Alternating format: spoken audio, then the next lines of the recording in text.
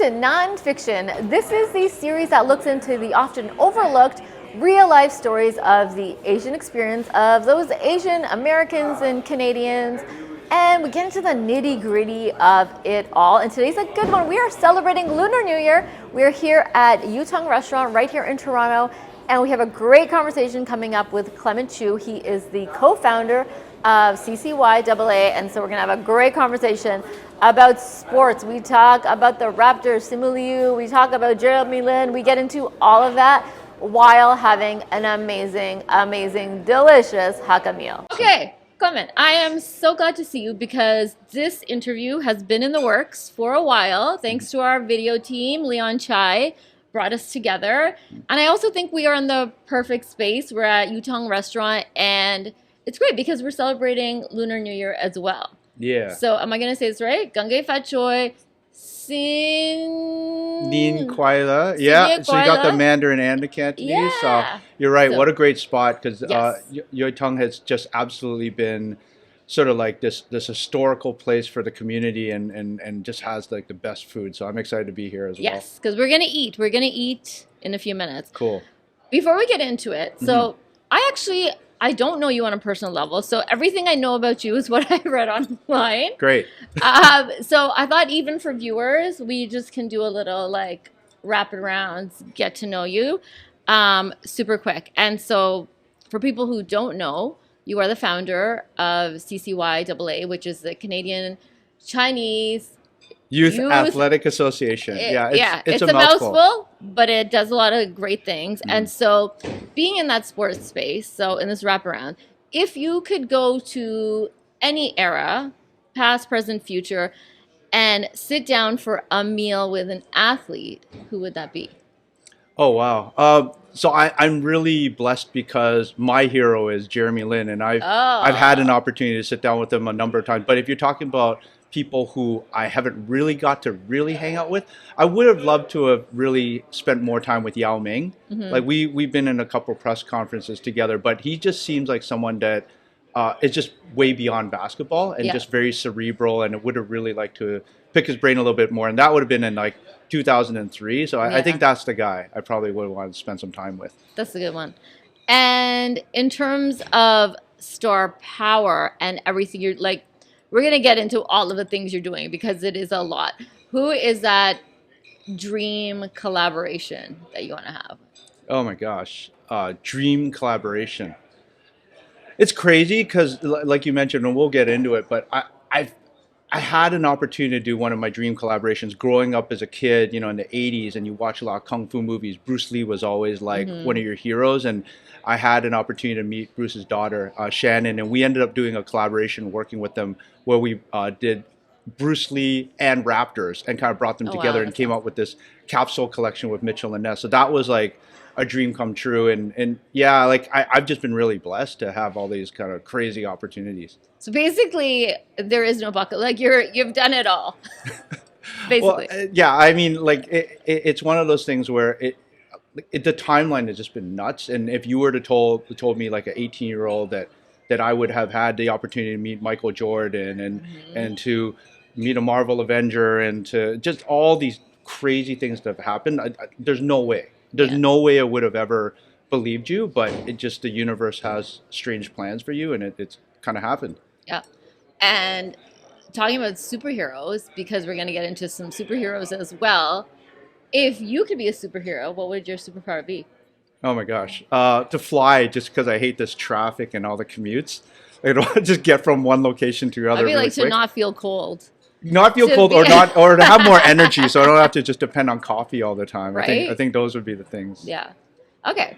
I like that. Okay, so we've eased into a little bit, and there's so much I want to talk to you about with CCYAA because you are doing some amazing things, and some people might not know about it at all. So can you just give us that, like, short, how did you come to even, like, being the founder of this, finding this, and then where are you at now in this journey? Yeah, no, thanks. In full transparency, I'm the co-founder. So when I was late teens, 18 or something like that, so I'm dating myself a little bit, me and some of my older brothers, I want to call it, they said, hey, we're a bunch of Chinese guys and we really like playing basketball, but when we play at a certain level, which was high school, we look around the city, there's not a lot of people that look like us. So let's create this opportunity where we can play amongst our community. So that's really the genesis of the organization. And it was a selfish endeavor because I got to play. So I'm creating an opportunity for myself to play.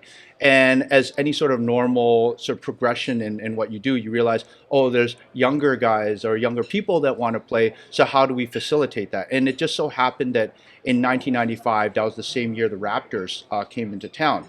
So the crazy story is that they said our mandate is to target new Canadians and youth because the Maple Leafs have the existing fan market. We want to get new market. And we're like, that's us. Like, we're Chinese and we're a bunch of youths. So we literally borrowed, I borrowed my dad's suit and we went down to their offices at Water Park Place and knocked on the door and say, hey, this is us. And, using Microsoft Print Shop, which I don't think anybody will remember what it is. We had a package and explained what we do. And no joke, we got a meeting with Isaiah Thomas right there on the spot. Amazing. And then he put us in touch with community relations and off you go, where we started as teenagers learning the power of co-branding. So we were running early days co-branded CCYAA Raptors basketball camps for youths. And we realized that just came with such a different level of legitimacy compared to, say, just a CCYAA camp. Now we're a junior Raptors camp and all the kids are wearing Raptors gear and stuff like that. And that really helped to be sort of the springboard of what we're doing. And we've evolved quite a bit, over time. Understatement. It's also it's rooted in sort of selfish endeavors because as we've all aged, we all have kids now and we're probably not playing as much as we used to. So we're realizing, hey, we can send our kids to all these other camps or we could just run our own programs. And so as a result, a lot of the focus now has been around much younger people. So we're targeting 3 to 12. We're also really more focused on inclusion. So I would say that early on, we were more about development through insulation. So let's run Chinese basketball tournaments and camps so that people within our community get a chance to be more competitive. But where we've evolved to now is that really good Chinese kids have a lot of routes to play competitive basketball. So what's more important now is for us to help bridge cultural gaps and help people to understand each other. And part of that is, hey, how can we bring in other people into our community to understand and appreciate what we do?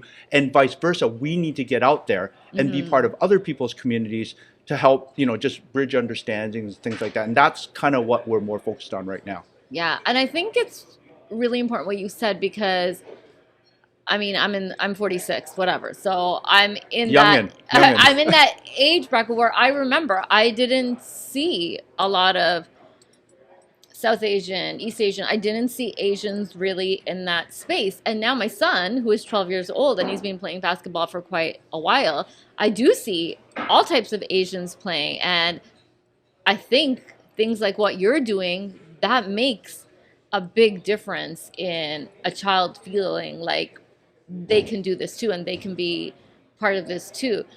I want to talk to you about, a lot of this comes through our lived experiences. I've done CCYAA things for my community in a selfish way. And I saw a press conference, actually. It was with yourself, Simu Liu, and Jeremy Lin.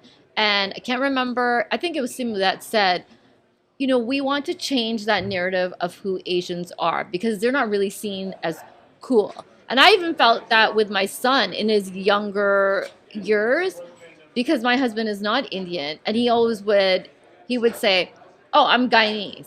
He wouldn't want to say he's Indian because he could see, even now in the 2020 whatever we are in, right? It's not really cool to be Asian. And so I think changing that narrative by us being the storytellers, not having the stories told about us, really is meaningful. And I think that's why the work you're doing is so meaningful in changing that narrative because we are the storytellers. Yeah, it's definitely one of the main focuses we have is around helping to give young people confidence by seeing people that look like them doing things that are not geeky or nerdy and there's nothing wrong with that, but it's just there's been such a traditional narrative around what our community should be perceived at versus what you want to open their perspectives up, right? And you look at something like Dev Patel's project with Monkey Man. It just like presents so different than what you're used to seeing. And also like there is Shang-Chi, sure, for Simu, but it's still martial arts. But the one that when he told me that he landed Barbie, I was didn't say like, Barbie. I go, that's different. Yes. I go, that's different because there's no way in the past they would have ever considered you as a Ken. There's Yes. no way. And Yeah. I thought, this is progress. Like I really like the direction we're heading in. And when you look at a lot of people in the community, like you have people like Hassan Minhaj, who's just really speaking his mind and presenting so sharp, so smart, Yeah. but with wit. You know what I Yeah. mean? And just not afraid to put it out there. Like people like that, I'm just like, I'm glad we have this generation of ambassadors. So our young people are like, I could be like that, you Yeah. know, and it's okay to kind of be like that. Yeah. And because it's not always like the Barbie thing, I think that's such a great example because it's not always that we want to talk about our Chinese or our Indian heritage. Sometimes we just want to have a conversation about whatever it is, about being a Ken and living in the Barbie world, or that doesn't always have to be the defining. And last season we spoke with the Run the Burb stars, and what I loved about that, it was a family, and yes, they were a blended family, with their Asian roots, but ultimately they were just living life as a family and doing these everyday things. And I think, especially for me, I'd like to see more of that, where it's not like the Indian superhero, it's just the superhero. I think that and it's interesting because I think like I draw from my personal experience, but when I talk to other people, they experience similar things. Is that when it was early, back in the 80s, I tried really hard not to identify with my Asian heritage. Frankly, because I played basketball, I wanted to be black. I was listening to hip hop. I was acting in a certain way. I was talking a certain way. And then somewhere along the lines, you start reconnecting with your heritage. And Jeremy Lin, talked to me a lot about this, about basically how when he was on his Linsanity run, he's like, but I'm not an Asian basketball player. I'm like a good basketball player. And I don't want to be just recognized as the Asian basketball player. But the strange thing is, as he kind of progressed on his career, he's like, I need to double down too on the fact that this is my cultural heritage, and this group of people have stood by me through thick and thin, and I'm ready to embrace this right now. But we all go through just different times in our lives in terms of when we kind of want to have that reconnection. And I think in this generation, especially where you're talking about, this generation where there's a lot of mixed race, happening, and it's kind of like, who am I? Like, what is my definition? How do I define that cultural heritage that's relevant to where I am today? Because I might be half Chinese and half white, but what does that mean? Because there wasn't this definition before, right? And I think that that's what we're trying to do with our nonprofit, is to say, these cultural heritage elements are part of you, but it's not all of you. Yeah. But you should embrace those parts, but learn about others too. And how does that come together for your Canadian experience? Yeah, 100%. And I think what you do, especially all the work that you do with the Raptors as well, I think that's so great as a bridge between two cultures, because it's really, really loud in here. Is this okay? Okay. At lunchtime. It's lunchtime. This is a busy restaurant, so we picked the right restaurant. I want to talk about something that people might find controversial, but like I said, off camera, we know our truths. And I am very much about not just saying the good parts of our culture and like, yay, we're Bollywood dancers and celebrate Diwali. There's also dark parts of our culture as well. And I think as Asians, we have to acknowledge there is a lot of anti-Black racism in our communities. And maybe we've come a little bit. I think we have still a long way to go in that. And I wanted to ask about your experience when it comes to sports, because like you said, traditionally, it was a lot of Black athletes. It's still, I would say, primarily a lot of Black basketball stars. So how does your work in CCYAA and all of the things that you do with the large Black community, have there been challenges in it? What has that been like for you? Yeah, absolutely. I think that it's definitely something that's in evolution right now. I think that in this generation, there's definitely more awareness around the language that you use, the perspective that you should have. But we should also give people the freedom and the rope to learn and make mistakes. Like we shouldn't just like cancel people because they said the wrong thing. Like Yeah. if the intention is good, we should give people that opportunity. And so, for example, one of the things that we're trying to do, I talked about reaching outside our community, is that we work with a group called Urban Promise, where frankly, we have a bunch of Asian coaches going into the inner city community, and none of those kids are Asian. But I'm like, what a nice narrative, because I don't think, 10, 15 years ago, you would have ever seen that. And it's just basically like, hey, people from our community want to come here and learn about your culture. And then by turn, because we're your coaches, you should learn about us. And I think that doing things like that definitely helps, because it's not just like you're force feeding content. You're here because we have the common language of basketball and we want to get better. That's what brings us together. But in the course of us building this relationship, you realize, hey, they eat these things, they do things, but I really like my coach because he's spending every week with me voluntarily to kind of teach me lessons. And on the flip side, us as a community, we're in there and it's like, ooh, like these are the things you struggle with on a daily basis, walking in and out of your neighborhood. And I just come here once a week, but I can't even begin to understand what it's like to be here 7 days a week and having to navigate these challenges. And I think that doing things like that definitely helps to sort of bridge that cultural gap. And I think it's important what you said, the intention. I always say this, like there's intention and there's impact. And I do think we have to take responsibility for that. I will give you an example. So I've worked at Toronto International Film Festival for the last 15, 16 years. And this year I was covering it for Flow 98.7, which is it's a Black radio station. And because the festival came back after COVID, every outlet internationally was there. Like all of the big ones were there. And so we were pushed sort of further down the red carpet line. And to get a few stars' attention, I said, we're the only Black radio station in Toronto. And I didn't realize what that was meaning for other Black journalists that were there. And thankfully, a friend of mine who is a Black journalist, she pulled me aside after one of them. And actually, it was the movie with Pharrell Williams. And she said, I don't know if you know how that made me feel, because I'm a Black woman. And we were right next to each other on the press line. And she said, I'm saying this out of love. I don't think you meant to be disrespectful, but saying I'm from the only Black radio station when you're not a Black woman, it makes all of these Black journalists feel like they're not as valued. And that ate me up. Like I couldn't handle it, because it was not my intent at all, but the impact was there. And I ended up calling her a few days later.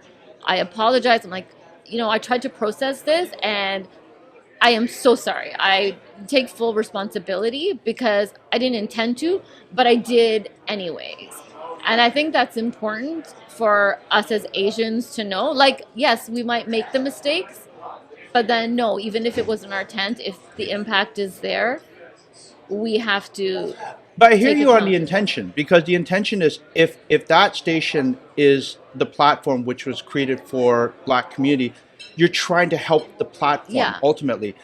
And then you're realizing, oh, wait, I'm not speaking. Like, I'm not from that community necessarily. So, yeah, there's absolutely some trickiness. But we're all learning and navigating. Thank goodness for your friend, because I feel that's so wonderful that we all have allies that will come and talk to us about this stuff versus, like, canceling you, right? And I think that's the thing. I think it's so critical that we work with different communities to educate, to facilitate. And really, at the end of the day, when you get to know people on a personal level, like using sports and like going to eat at a restaurant, that's when the personality comes out and you make real personal connection. You realize, like, we're all trying to figure this stuff out.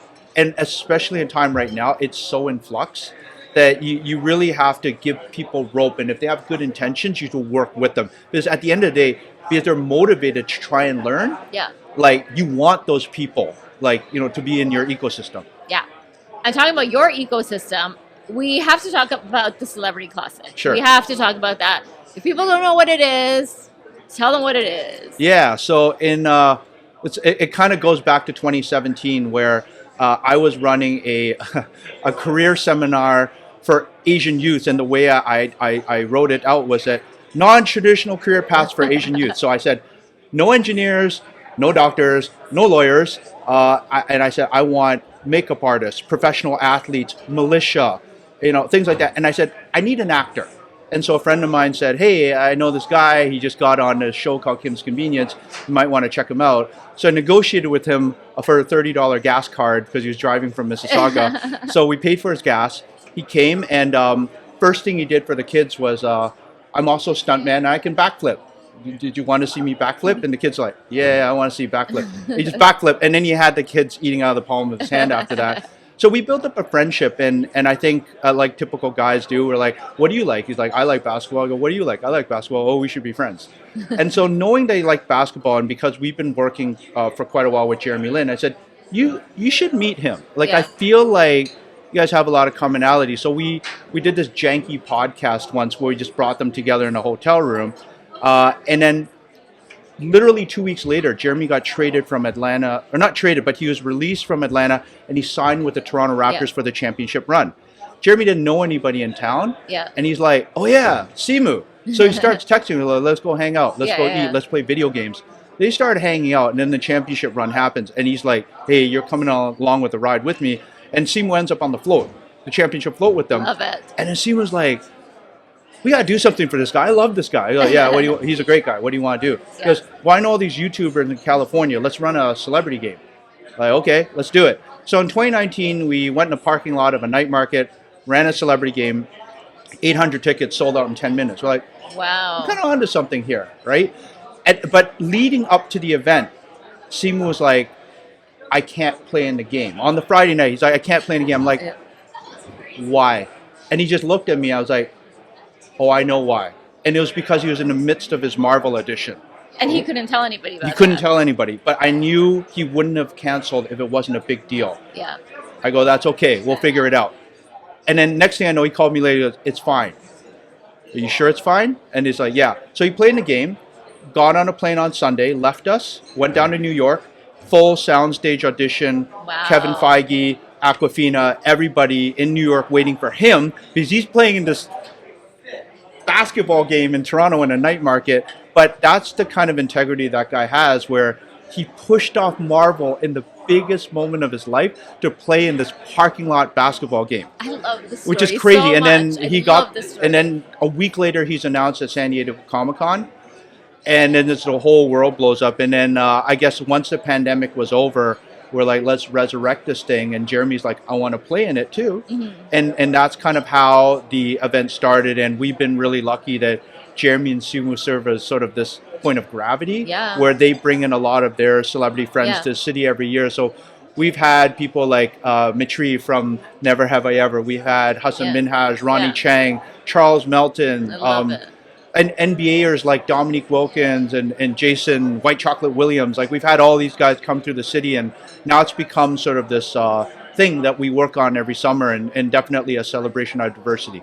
I want to be there. I want to be there this summer. Yeah, you absolutely need to be there. Can you shoot? Can you shoot some hoop? On the driveway?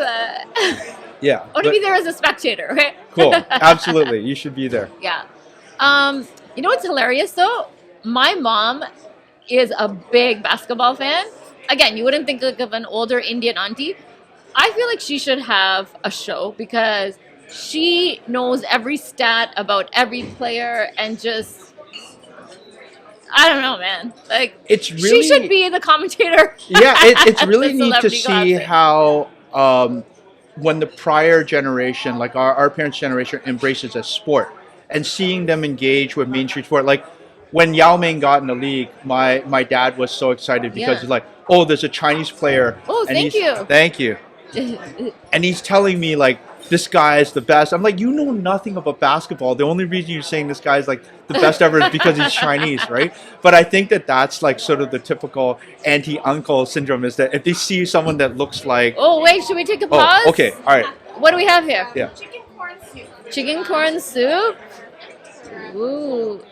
Yes. It is a very cold day here in Toronto. Thank you. Thank you so much. It looks amazing. Thank you. Thank you. Okay. See, this is where the whole eating and talking All comes right. in. I'll just make sure I don't get some on the mic. um, But to see yeah, their about engagement yes, in mainstream like the older and generation entertainment. So Yes. they tell me all this news about Simu, and I'm like, no, you don't know. You're reading some weird website, from Hong Kong or something. It's not what's happening. But it's fun seeing our parents' generation trying to engage with us on pop culture. Yeah. Similarly with my daughter, and she's trying to explain to me Pokemon things, and I'm just like, all right, I have no idea what you're talking about. But it's a fun way to bond, I think, with your parents. For sure. And even like you said with your daughter, how do you think the organization has helped with girls in sports? Because that's still a big thing, and so many girls drop out of sports at a certain age for so many different reasons. And I think the whole aspect of girls is one that we should really hone in on as well. Yeah, like we see this happening real time, especially with my daughter. When she was in the 3 to 5 year old group, she was fine. And then once you got in the 5 to 8 year old group, you start seeing less girls participating. Yes. And then when there's more boys in the class, they're dominating the ball. Yep. She's not getting the ball, she's not having fun.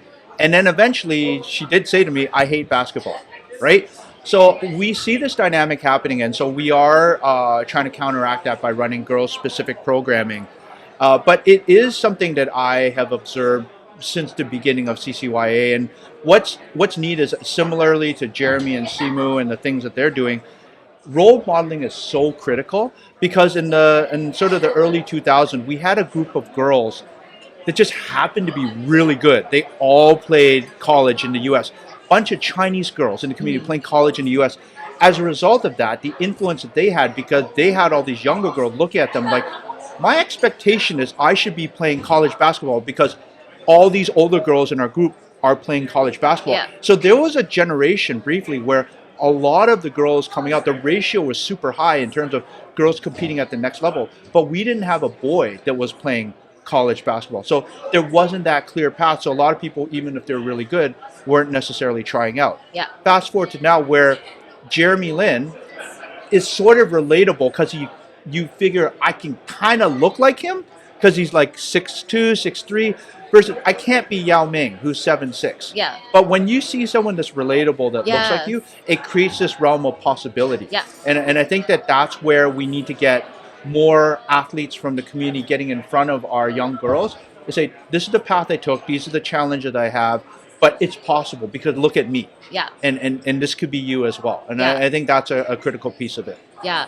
And like I see that with my daughter, because whereas my son has to try, my daughter has this natural athletic ability, but she's very hesitant. And we went to one of my son's games, and there was a girl, right now it's still like mixed gender game. This girl on the other team annihilated them. Like, she was the best player on that team, and she crushed my son's all-boy team. And my daughter saw that. And then I think it was the first time it clicked, and she was an Asian girl, actually. It's the first time it clicked for my daughter. I could do this too. And I might not want to do this in a mixed team, but I can be on a girls' team, or I can be on any team, and I could dominate. And I think, like you said, role models like the Jeremy Lins, like a Simu Liu, I think are so, like, just to be seen, I think it's so important. Right. And what we're finding too now is that it's not just about, once you get there is kind of the first step, but it's also like, what's the opportunity for you going forward? So for instance, it's great. He got Shang-Chi and then he does Barbie. What's next in terms of how they build out the characters that he's going to play, right? And similarly with Jeremy, he had the run with the Knicks, and he did really well with some other teams. But oh my gosh, thank you. That looks so good. Oh my gosh, that looks amazing. Those are definitely the noodles I remembered when I came here before. But it's about opportunity, and like Jeremy was poised to have a really good opportunity in Brooklyn, and then he tore up his knee. Yeah. So unfortunately, that passed. But we realized that there's a lot of people out there in every field that are very talented, and you can get in your foot in the door. But that continuation of sort of like, I guess, progress, and it's really dependent on a lot of different factors. And the more people we get in there, the better infrastructure we build. And I think that that's sort of the next step, because we don't have enough. Like, I feel personally, like right now, if I just scan the NBA, there's no Chinese American Yeah. in the league right now. There's some Filipino players that are half Filipino, Yeah. but for a Filipino kid in Toronto that's fully Filipino to really identify with a 6'5" Jalen Green with the last name Green, Yeah. like it kind of does, but it's not like all the way there as if they had someone. Yeah. Thank you. Thank you. Thank you so much. So I think that's really important as well, to basically not just have the flash in the pan, but sort of that continuation Yes. of success. Yeah, I think that's really, really important. Do you know we've been talking so much that I haven't even... Oh my God, look at this. All right, so food. this is Okay. the signature chili chicken, right? You got, Yeah. it smells so good in here. Also, this restaurant is so full. I don't even know if we're going to hear our conversation, Clement, but thank you. I'm Thank you excited, for all yeah. of this. Here, take some food in your plate and we'll try to eat and talk. Yeah, because like What about the chicken? there's a guy on the Raptors named Danny Green. So we did this interview with him where they were at Pai eating Thai food, Okay. and so the chef is bringing out food, once every so often, and you're trying to incorporate that as part of the content in Thank the you. interview. Thank you. And it's like, where do you kind of start? Where do you stop? Where do you take the break? So while one is eating, that you pace them on how they're chewing, Yeah. so that you don't catch them in the silence while they're like. I know. It's a lot harder than it looks. Okay. We don't got a lot of time left. We've got into such like a conversation. You know what I love about this meal too is I guess it's like a blend of our cultures It because is. we're eating Hakka, which is great, and I love that. Yeah. And I love in Toronto that we get to see, like, I think you're in the best place for your organization because there is such a great blend of culture. But we actually talked about this before off camera about some of that backlash that we're feeling with our culture. Right. And it was interesting. I saw somebody kept forwarding me these Instagram videos of, it was this guy that does these like voiceovers of Olivia Chow. And at first some of them seemed funny. Like, I don't know if you watch, like, sometimes with Stephen Colbert, he'll have a picture of somebody and like, like he does like a joke about what he's doing. And so some of them were funny about Olivia Chow, and I thought they're funny. But then when I went onto his page, like, this guy is like hard racist, and I can't watch any of these. Like, he is like a racist. He's like, you need to go back, and like, I was like, I shouldn't be laughing at any of it. Like, when I saw what he was doing, and I feel like more and more, especially on social media, I'm seeing this anti-Asian hate. And is becoming very okay to just talk about it openly. And I want to talk about some of that as well. And if you are feeling the same way, experiencing it the same way, and how we can combat some of this. Yeah, I mean, like, I think that you hit it on the nose, that I think that it's kind of really come up in the last, 5 years or something like that. Like during COVID, there was a lot of, like anti-East Asian sentiment, Yes. more about how you looked, and if you look Chinese, like how, maybe you're carrying around a disease or something. And fast forward to now with, immigration in the country, there's a lot of people from South Asian countries coming here, and there's a lot of sort of negative content that exists on them out there in social media. And we talked about what are they choosing to put out there in terms of content, and how is it being wrapped in the context that it's being given.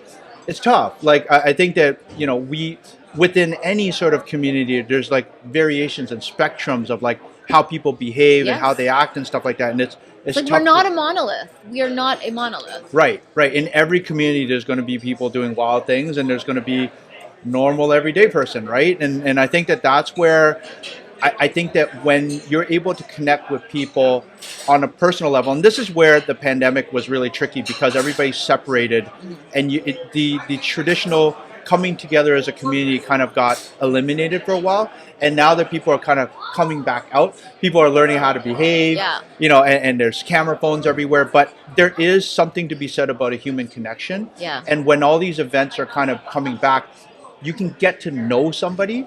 And when you get to know them, you go, they're not like anything that I've seen the portrayal like. And we actually have a lot more in common than differentiates us, right? And I think sometimes when you sit down with someone like me, I'm not really a sports person, but I sat down with you, and to the point that I'm getting like, we'll wrap this up conversation, and it's like that's when you get to really, really know someone, right? And I think it's important. Yeah, and I think that that's part of the platform we're building in the summer. Like with Simu and Jeremy, we said that it's not like, fine, we have a basketball game that brings a bunch of people together and we can celebrate, Asian culture makers. But not everyone likes basketball. And also the majority of people playing this game are probably pretty terrible at basketball. So what does the community care about? Like, food was like one of the first things that just hit everyone's mind. And we all experienced the smelly lunchbox syndrome, where we walked into school, everybody's got their ham and cheese sandwich, and we walk in with our box, which is like... with our thermos? Out there, and everybody just looks at it like, ugh, right? But to bring it to the mainstream and to see restaurants like Yutong bringing fusion together, bring it to the next generation and saying, like, embrace, and there's just things you can do with food, which really, like, if people try it, they're like, this is really good. It just helps to dispel a lot of stigmas and stuff like that. And so as part of our platform, we absolutely have food as being very focused on it, and we work with different chefs in the community. And it's not like a night market where anybody can just apply and get in there. Like, you're invited because you, as a chef, as an ambassador of this cuisine, you have to be here. It can't just be your staff. You have to be here because we want you to talk to people about the story behind why you did this restaurant, why you're doing this food, and how this plays into your cultural heritage. And so this food becomes your narrative beyond just something you put in your mouth. So I think that that's an important part of the storytelling that will help to bridge those cultural gaps. Yeah, and I love that. And I feel like there's been so much evolution in what you're doing, and I love where it's going. I'm so excited to see where it's going, and I think we should just eat. We should celebrate and eat, and happy Lunar New Year. Thank you. Happy New Year. And that's a wrap on this week's show. Thank you so much, Yutong Restaurant. Chili chicken was amazing. Everything was amazing. You have to try it out next time you're in Toronto. And thank you, Clement Chu, CCYAA. We talked sports. We got into all of it. And stick around. Follow us on all the socials. We're on Instagram, TikTok, all of the things at NAAN Fiction Show. And you can listen anywhere you get your favorite podcasts or watch us on YouTube. Until next time, keeping things spicy here on NAAN Fiction, one meal at a time.